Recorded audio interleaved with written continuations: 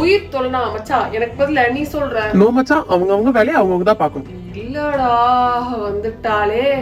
Hi. அது ஒண்ணும் இல்ல, ஆக்சுவலா டக்குன்னு சொல்லிரு, அதையே இழுத்துட்டு இருக்க. அது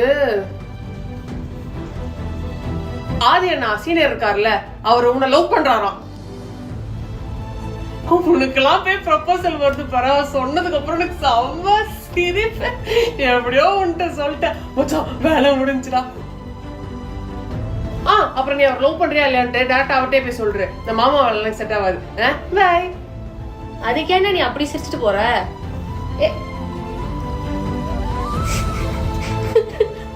ஏன்டி அழுவுற? என்னாச்சு? ஒன்னும் இல்ல அனு. சரி, நாளைக்கு ஸ்கூல்ல பாக்கலான்னு நான் வீட்டுக்கு கிளம்புறேன்.